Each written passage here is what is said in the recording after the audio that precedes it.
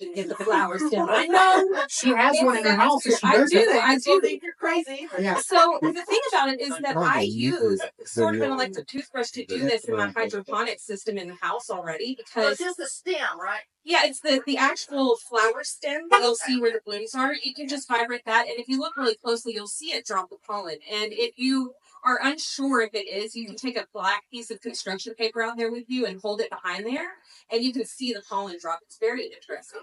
But in like indoor operations, like hydroponic or aquaponic growing systems, they'll use fans or they'll manually vibrate the plants to get them to actually produce. And in some cases, they'll even have bumblebees that are inside these grow houses that pollinate them. So, you know, sometimes you have to get a little bit extra with them, or maybe just have a lot of patience. Thank You're you. welcome. Yes. So I have a lot of citrus trees. I have a orange tree, and I grew it from seed. I got it from the house. It's really big now. It's like tall as I am, but it's not producing any. It's like about 4 years old, and I do fertilize it. I think it's a down to earth. It's next to 633, but it's not producing any. Yeah. I bring it inside because I'm terrified that it's gonna die. Yeah. And it's pretty big. Questions? Yeah. So the question is: a 4-year-old Terra orange, not producing, well cared for, fertilized, all that kind of stuff. Citrus is slow, and it depends if it's from a cutting or a graft or if it's seed. From seed, most citrus is going to take anywhere from 8 to 12 years to produce. It is really slow from seed. Even from cutting, sometimes depending on conditions, it can take about 5 years. And so it could just be that it's not hit that maturity yet where it's producing. Does it flower at all? So it flowered and it gave me, I literally counted. It was literally 5. Okay. And then I saw the little fruit produce, but then they all just fell. So I would say you're probably right at the beginning of the productive life of this citrus. They live a long time. Citrus is a long-lived plant. And so a lot of times some of these fruit trees take a while to get going and they'll produce for a really long time. So I would say give it another year, let it get through another season, keep fertilizing, keep pushing it. Sometimes, so this is not as true in some trees, but sometimes you have to give them a little bit of stress too. Before they'll really flower and fruit. Because if you think about it, it costs a lot for that plant to produce flower and fruit, right? Like resources. So if the plant's happy, it's got all the leaves it needs, it's got all the growing environment it needs. There's not a lot of incentive, so to speak, for it to push a whole lot of flower and a whole lot of fruit. So if you are seeing that even after another year or so, it's still not doing it, back off on your fertility just a little bit and give it just a little bit of drought stress. Just back off on the water just a little bit. And sometimes that's enough to trigger flowering and trigger reproduction. Yeah. Yeah. So that's another good point. That they don't want the cold. So if you're taking them out too early and they're getting into like 40, 45-degree temperatures outside, even though it won't kill the plant, it stuns them and slows them down. It's way longer. Yeah, well, I tried this on my lemon that I've had for several years. Is if I neglect to water it at that point where it's just setting the fruit, it dropping fruits. But if I forget about it for a few days in the greenhouse and at that critical point when it's trying to set the fruit, it needs the water then. And the drought may stimulate it to bloom. You know what I always say? The guys are going off to war. They got to get married right away before they leave the door. So, a little bit of stress. But then when they're right, And I noticed you mentioned you said you fertilize it, you use down to earth. Do you know which one you use? Yeah, I use the down to earth 633 citrus mix. 633. So it is a citrus mix. So I was going to say, if you're using a fertilizer, make sure you know what kind of fertilizer you're using. You pay attention to NPK, because if it's a high nitrogen, you're going to get a big leafy tree and maybe not as much fruit. So like the nitrogen is going to get for leafy growth, the phosphorus is going to be for flowers and root growth, and then the K, the potassium, is going to be for overall plant health. So if you're wanting more blooms out of that, maybe want to add some more phosphorus. But you're something you're already using a citrus specific one. Yeah. I know the down to earth is it's a low dosage quicker organic. I use a slow release, and so I don't have to feed it as often. And it gets like every time you water, it's getting a little bit of feed. So I use it's a little higher dose with a slow release, and I feel like that helps out. And they add more citrus. The more citrus I have, I feel like I get more citrus. Like it's really nice. So is that your only citrus tree? Is it? No, I have a lot. So I have like 2 lines and then blood oranges that I bought from Costco, and they're doing really well, but they're gone. That's the problem. You bought them from Costco. That's what it is. That's the problem. Well, I bought the 2 blood oranges from Costco. Okay. But then when I bought it from a nursery, and instead it's urban black tree. So that's why. And it was like really thin and now beautiful, but I have no thing. But I kind of joke and tell produce funny things. Well, I had a minor lemon like this. Someone gave me a minor lemon, and I had it for like 4 years. And it was huge. It was huge. And it never gave me a single lemon. So I let it out. I left the lemon. I just put it on an iceberg, and 5 inches of snow, and it was dead. And I didn't care. So for my house, I got a very small amount of space, and so I'm either going to produce or you're going to. Yeah, and I don't want to cut it down. And the last thing I would add for the lemons, any citrus in general, is they love lots and lots of sun. Once it is warm enough, make sure they're getting full sun or as close to it as possible.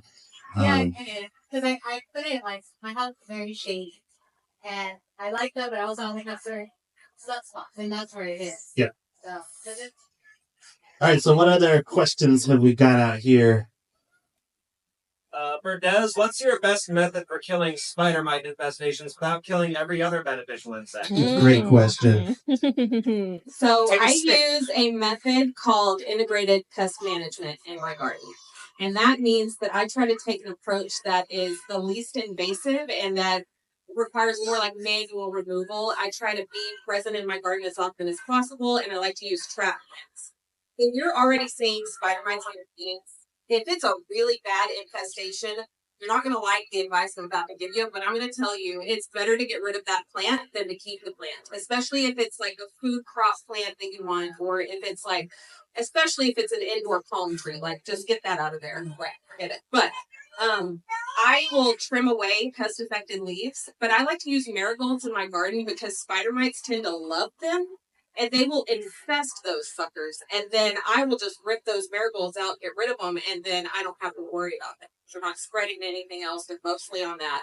And I can manage them more easily on other things. Cucumbers in the garden, if you're growing a vegetable, if that's kind of like something that you're into, cucumbers are really, really, really, really, really, really, really susceptible to spider mites in my garden.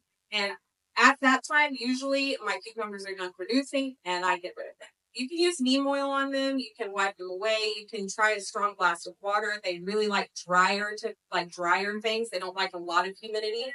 But mostly just either manual removal, spraying with a strong glass of water. You can try some neem oil or insecticidal soap. Or if all else fails, please do yourself a favor and get rid of the plant. I know it's your precious baby. Just don't keep it. What do you think, Dick? I just nuclear winter. No, I'm kidding. Yeah. There are some, I think all of those are good, like first lines of defense, right? Yeah. Try to, I found a lot of success with blasting them off the plant, just either with hose or something like that. Problem is they wander back, right? Especially if you've got a lot of other plants. This part of Texas, a lot of dry climates, they're just there. There are some good products out there, and I don't have them in my head right now. If you want to go the insecticide route or you get to that point, make sure any product you use, again, the best rule of thumb is to use the least toxic, most effective product. So over-the-counter stuff, don't just go buy whatever product says like insect control for your lawns. Really read the label. Make sure that it talks about being a miticide. Because a lot of other insecticides, the problem is they're not formulated for mites, which are arachnids and not insects, right? And so a lot of times you spray them, you end up killing your ladybugs and other stuff, and the mites are just like awesome. All these, like if you're a tiny, soft-bodied insect, ladybugs are the destroyer of worms, right? You think they're cute, but they are like voracious little predators. So it's like anything you can do to promote ladybugs. There's another insect that called a cryptolamus that is they call it a mealybug destroyer. because it is like it'll eat a lot of ladybugs, but they are susceptible to a lot of chemicals. So again, there are good products out there. There are safe products out there, but you kind of want to leave that as your last line of defense. I usually typically use like a lot of insecticidal soap.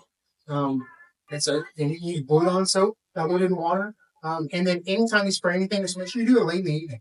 Anytime I spray, I do neem oil, cold pressed neem oil, about once a month or so. I do it late in the evening. I don't have any issues with pollinators or like that. And I think Captain Jack's Neem Max is like icide, fungicide, and maticide, it's like that. So that's a good combo. I would go with that. Use it late in the evening. Just make sure you follow the instructions because you won't really affect the pollinators and you won't burn stuff up. Yeah, but and then I just add a little bit of soap to that.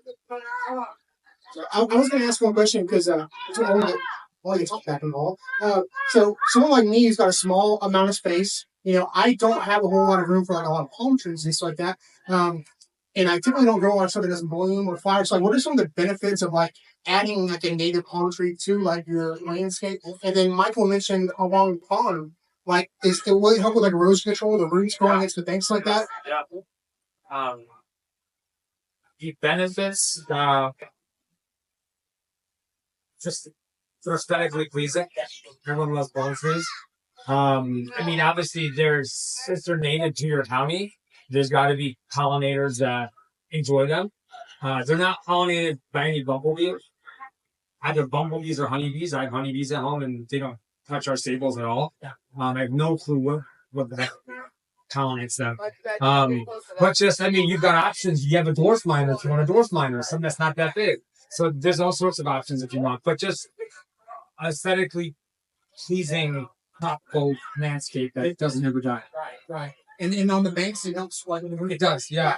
There's a so one of the reasons why people manufacturers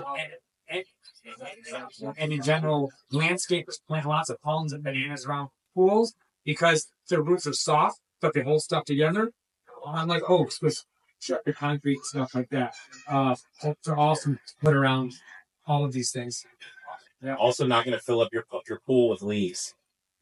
No, they don't. They don't. No. If you cut all the flower blooms off, they usually send up their inflorescences. It depends. All the minors are early in the year. You cut those off, you won't get any bloom. They're just huge palmate fronds that just they give you a lot of shade. I mean, I have our largest ones at home are probably about huge. They're huge.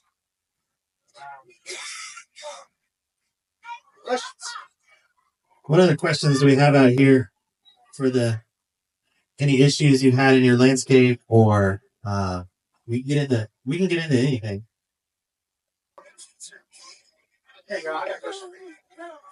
So here at Smith's Gardentown, y'all are like one of the biggest nurseries in the Texoma area. I guess this is the so what is like y'all's in the country? What is y'all's number one seller? Like what do y'all sell the most out of Smith's Gardentown? What's your most popular plant do you sell? It's going to be the stuff that we grow is our most popular. So annuals have always been our bread and butter here. So all the colorful annuals that we plant. We are probably our number one best-selling plant, oddly enough, is the pansy. In the fall, we grow about 100,000 pansies every fall. We start those in the late summer. And then that's the reason being is because there aren't a lot of blooming plant options in the winter. In the springtime, we sell way more plants in the spring, but it's diversified among all of the different flowers that we sell. Our number one spring would be sweet potato vine and periwinkles because they're super heat tolerant and easy. But it's spread out among hundreds of different types of flowers in the spring. In the fall, it's like you got cabbage and kale and you got pansies. And so that's why we sell so many of those. But the pansies are the longest blooming flower of any annual that we sell because if you plant them in October, they bloom all winter long. So you got October, November, December, January, February, March, and April. So you get about 7 months of work out of those pansies, which is their workhorses in the garden.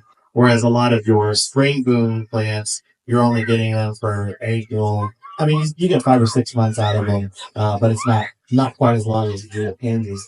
And that's kind of what we've been known for. Now, recently, our product mix has been changing. It used to be, annuals were 80% of what we grew and what we sold, but the perennial market is surging right now. So we have transitioned to, we still grow all that color, all those annuals, but a lot of the consumers are not planting the annuals like they used to. A lot of people want to do perennials, they want pollinator gardens, they want to do natives, native Rs, and well-adapted plants. We've always specialized in the well-adapted plants for our area. And so we've seen where we were 80% annuals, 20% perennials. Now things are balancing out a lot. So we're more like 60% annuals and 40% perennials on that department, which is our bedding plant department. And so we're putting way more perennials into production now than we used to. And what you notice when you look at people's landscape, and for those that have been around for a long time, you used to see that all the houses would have these massive areas where they would put color previously. People were playing tulip bulbs in mass. The tulip market here has pretty much crashed. Not a lot of people are planting tulips the way they used to, the bulbs, the hyacinth, and those sort of things. Then we transitioned to areas where people were doing massive areas of color. So they would come in and buy, 50 or 100 flats of those colorful plants and plant them out in the landscape.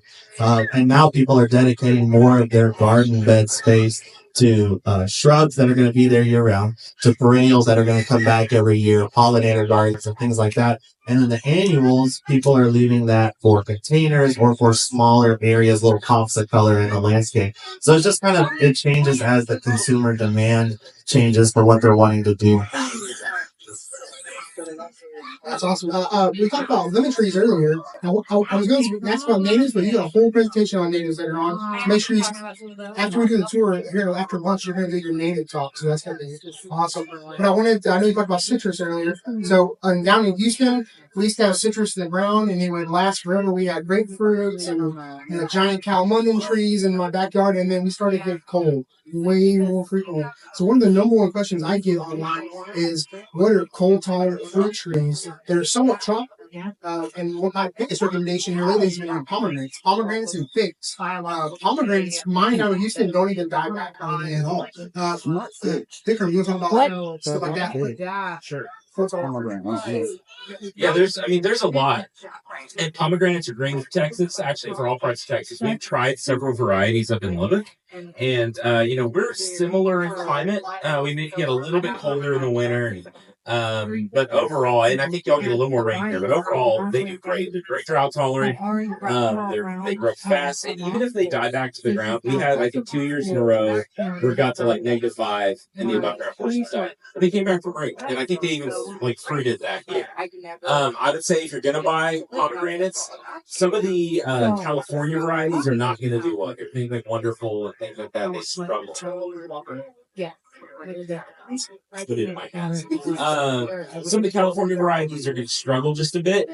Look for Russian varieties of pomegranate. Things like Solobatsky. There's a Russian 18. There's 2 or 3 others.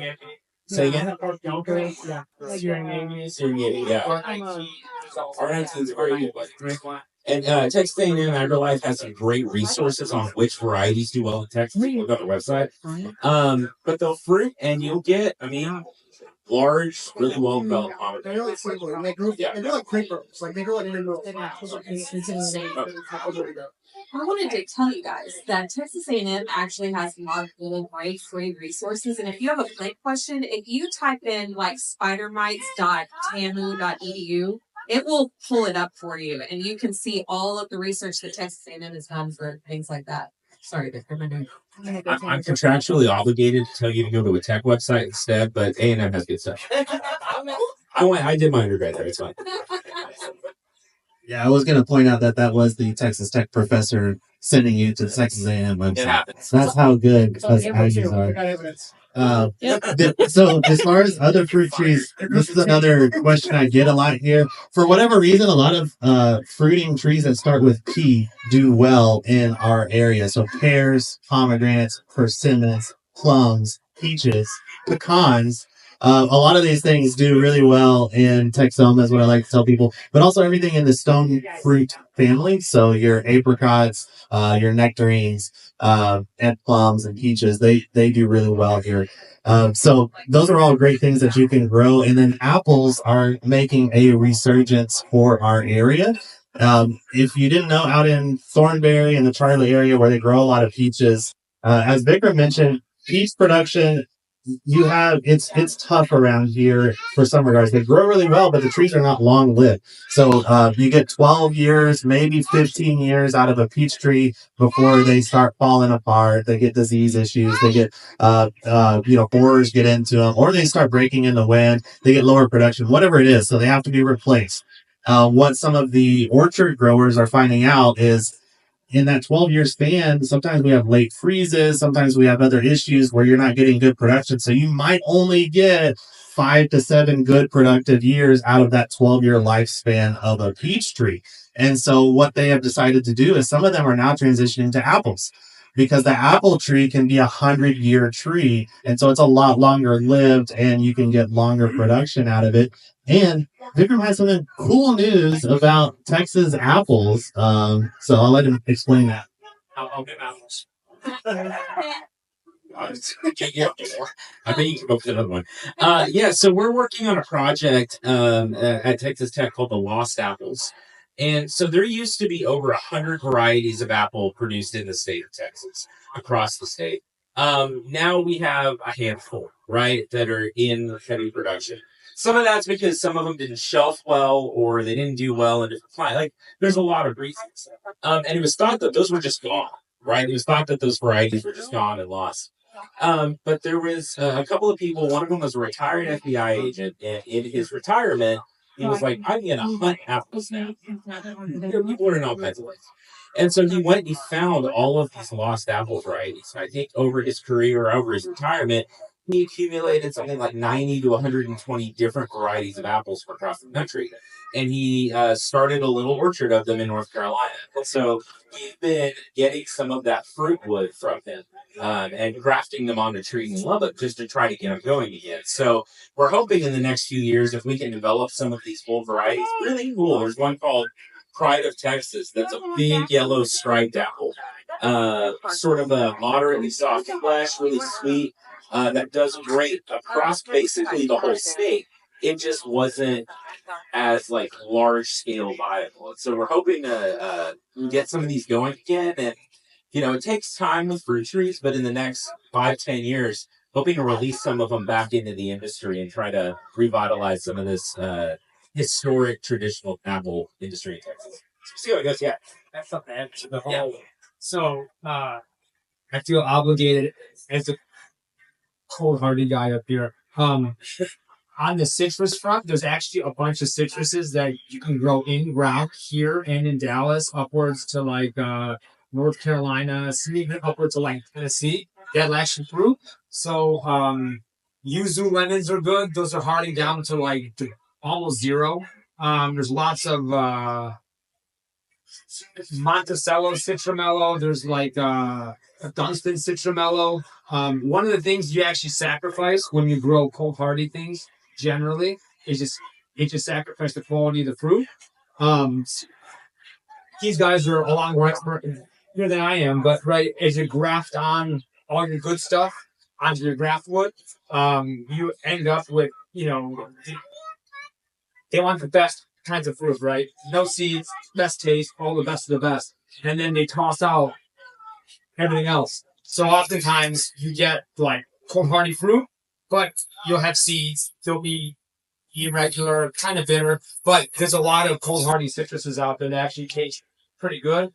They're good for like jams and jellies and marmalades and stuff like that. And they'll be happy to thrive here in Dallas, almost all of Texas as well. So that's a rabbit hole as well if you want to go down that cold hardy citrus path as well. What do you mean the ground? Yeah. As the retailers, we have a lot of trouble getting citrus, and it's hard to explain to people. Most of the citrus is grown where? Not in Texas. Not in Texas. Yeah. We cannot import citrus to Texas. So we are limited to what we can find that's grown in the Rio Grande Valley, and there's like maybe 2 growers down there that are selling to us. So it's he's mentioning varieties that I've never seen available in the market. Yeah, that's the thing. 75 years of doing this. Yeah. The state of Texas is very protective of its commercial citrus farms, and there are certain diseases that can proliferate in citrus crops. And if those diseases were to get into the commercial growers down in Texas, it could wipe them out. And so that's why the state of Texas is very, very protective about what they let in. But I do think, and different universities are researching those different diseases and how to combat them.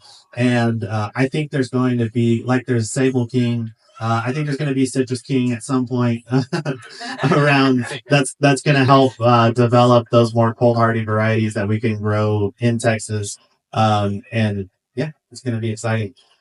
We have time for maybe another couple of questions, and just to let you know, at 11:30 we're going to be doing a greenhouse production tour. That's the first one of the day, if you can make it to that. So what that means is we'll be walking around with me and go back to the back greenhouses where you normally don't get to go see, and you'll get to see where we grow all these beautiful plants and how we do that. So it's a behind the scenes tour. If you aren't aware of this, we are one of the few grower retailers left in the country that grows on the same property. So with most garden centers, they either don't grow plants at all, or they grow very little, or if they do grow a lot of plants, it's at an off-site grow facility. And so that's going to be outside of the city or somewhere. But we're kind of this rare bird where we have our grow facility right here on the same property. And so it's really nice for us that we're able to grow the plants there. They don't go on a truck. They just go on a cart from the back to the front. And so we are growing about 500,000 plus plants per year back there. So it's kind of empty right now because we are selling all of our spring stuff and we're about to get into our fall stuff. But it's a really interesting and fun tour to see how we pull it off to grow all these plants, because there's a lot of logistics and work that goes into it. Wild Bird Rescue is out here. Well, Jeff's out here. I don't know where everybody else is from the rescue. Where are they? Oh, okay. So they are going to be also selling lunch plates today, hamburgers, hot dogs, and 100% of the proceeds from the lunch sales goes to benefit Wild Bird Rescue. So he's working his tail off over there if you want to get food, drinks, whatever. And then we got time for another couple of questions. And it looks like Chickadees is closing up, so we're moving into lunch here. And then Kona Ice is going to be out here. I don't know what time they're coming, but at some point there's going to be Kona Ice. But we're doing lunch now. We'll take a couple questions, and then if you want to do the greenhouse tour at 11:30, we're going to meet basically right behind the registers in there. So check for me in there around 11:30. Question. Yeah, question. The birds will be here soon. Oh, the ambassador birds are going to be here soon. So that'll be really fun. You get to see Morticia, the black vulture. Who else is coming? I'm not sure. But okay, we'll have maybe a crow, maybe some owls, maybe some raptors. And ducks. So the ducks hide when they show up? No, they keep them on a tight leash. Any other questions? Yes. Whenever I fertilize like my tomato plants with bone or blood meal and stuff, it seems like the squirrels just obliterate them. Is there a simple way to prevent that, or do I get fertilize something different? Yeah, so that's a great question. So bone and blood meal are great natural sources of fertilizer for fertilizing the garden. But she's saying the squirrels are really getting into the soil. You'll see this with dogs and cats too sometimes, where they'll dig it up because they love the smell of it. So the easiest way is to obliterate the squirrels. No? You forgot Dad was over here. I'm just kidding. Des loves squirrels. No. So that's one of the things that you got to worry about. So certain fertilizers that contain those ingredients, they smell really yummy to lots of different animals, and squirrels can absolutely be a menace in the vegetable garden. They will dig stuff up. They will plant pecans and acorns in there, or they will sometimes carry off your fruit. I'll start here and then I'll pass it over to Des. The only thing, you can do different types of repellents, different types of sprays and cayenne pepper and things like that. They sometimes will work. In my opinion, the only thing that is foolproof for keeping birds and squirrels out of a garden is to create a barrier around your garden. And I've done this with my tomato plants at my old house, as I actually had them inside of a structure where we had a mesh hardware cloth over the whole thing, because I got so tired of the birds eating my tomatoes, and I tried all the other remedies to keep them away, and the only thing that worked 100% was a physical barrier to keep them out. But unfortunately with squirrels and birds, you have to have something over the top too, because it's not just a fence, because they will go over the top. But I'll pass this on to you. I was just going to say, if they're going for your fertilizer specifically, and you can switch up instead of doing the granular, do a foliar feeding. It's actually been shown that some plants absorb more nutrients through the leaves than they do from the roots. So you can do a foliar feeding too if they're specifically going for the fertilizer, but they're probably going to come for your tomatoes anyway. We've got a good foliar feed for So this is where I'm going to do a shameless plug about the fact that we are on a weekly podcast together, the Garden Party podcast every Wednesday at 7. And I'm notorious for feeding my squirrels. And did you guys know that She's been bit several times. That's different. I was rescuing them, whatever. Okay, but did you guys know that Texas is a really great place to grow peanuts? So I want to challenge you guys to look at something a little bit differently. I tell people this all the time. Okay, I feed and water my squirrels everywhere in the yard. I feed them across the yard. I water them in multiple different places. And yes, they go into my vegetable garden and they bury peanuts. But do you know what those peanuts do? They are an excellent green living cover crop mulch. They help to shade the soil, they keep more moisture in there, and then eventually you can pull those peanuts up and you can get a crop of peanuts. I don't have, and maybe it's some miracle, but I have squirrels all over my yard. I never ever, since I started feeding and watering my squirrels, have an issue with them eating my plants. The birds don't even eat my plants. So in my approach to integrated pest management, I consider birds and squirrels in that equation. And you can get them corn cobs in a corn cob feeder across the yard. It takes them a longer time to sit there and eat that corn cob, and they really like it because dried corn takes a while to chew. And they like the sugar content in there. So they'll be over there busy. And they'll follow me into the garden sometimes, and they're still not at all, and I am not kidding, eating my fruits, my vegetables, or anything like that. Yes, occasionally they might dig up a plant and put a peanut under it, and then I'll put the plant, back on top of the peanut, or move the peanut, but I don't really mind. Squirrels, I call them farmer squirrel because they're excellent foresters out in the wild.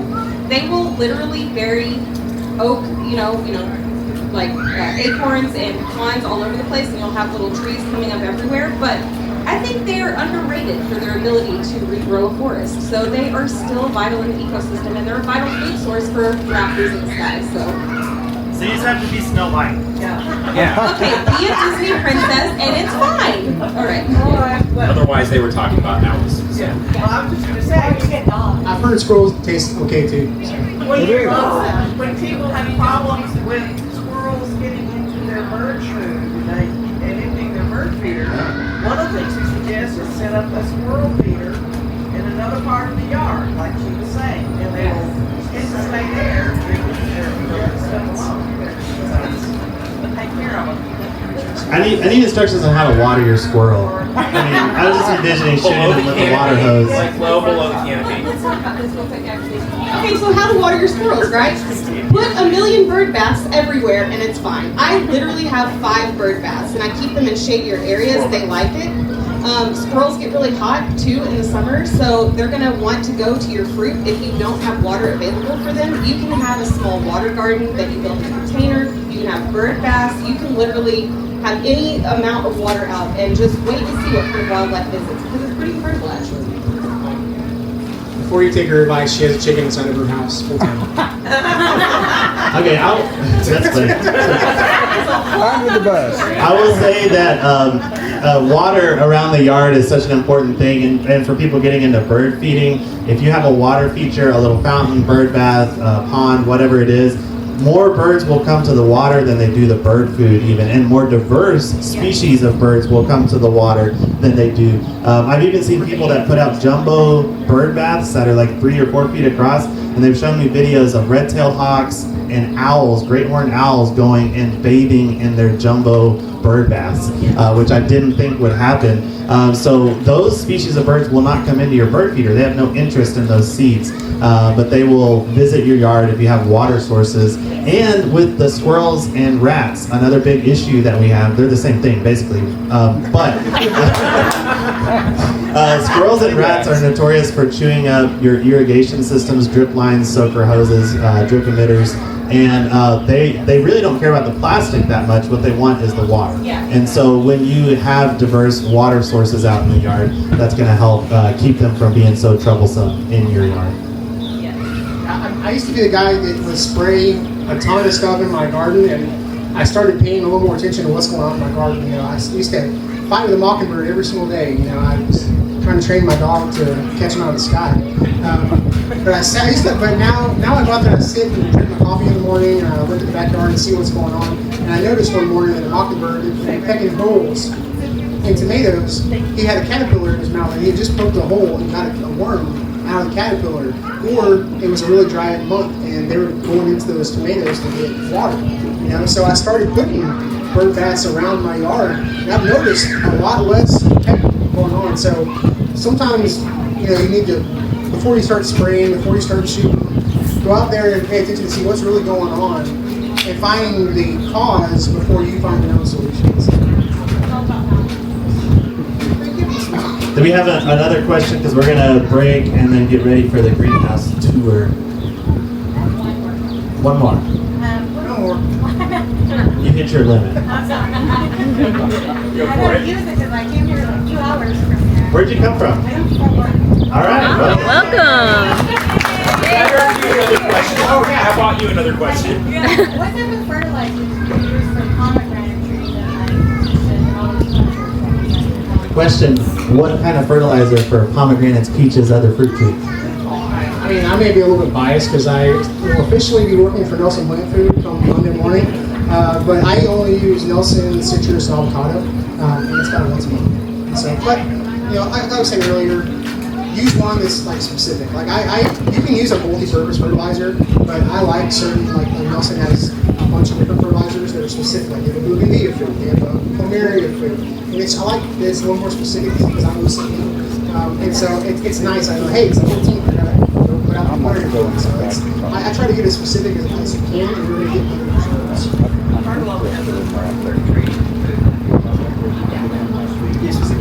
On the simple side and the natural side, if you have chickens, I found that, if you get chickens, I put our kids to work by going out there and sifting through all the chicken stuff, and everything. And I end up with like the fluffiest compost on the planet, and I feed that to everything I plant our homes in that. A, it's free, almost, and B, it's like I've never burned anything.